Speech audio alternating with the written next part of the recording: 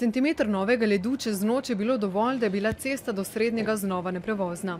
Posnetki po vsej Sloveniji so pravzaprav zelo podobni. Težko bi pokazali ali povedali kaj novega. Brez mobilne povezave smo mi od petka, brez stacionarnega telefona pa od presnočnjem. Elektrike nimamo, agregat je, tam dela, kakor dela, ne. Še dober kilometer nevarne hoje pod oteženimi drevesi in po ledeni poti nas je ločilo do zaselka Pušno.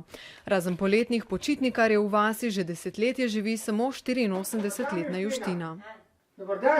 Že pred nami je družbo delal Srečko. Prihaja skoraj da vsak dan, poskrbi za drva in druga težja opravila.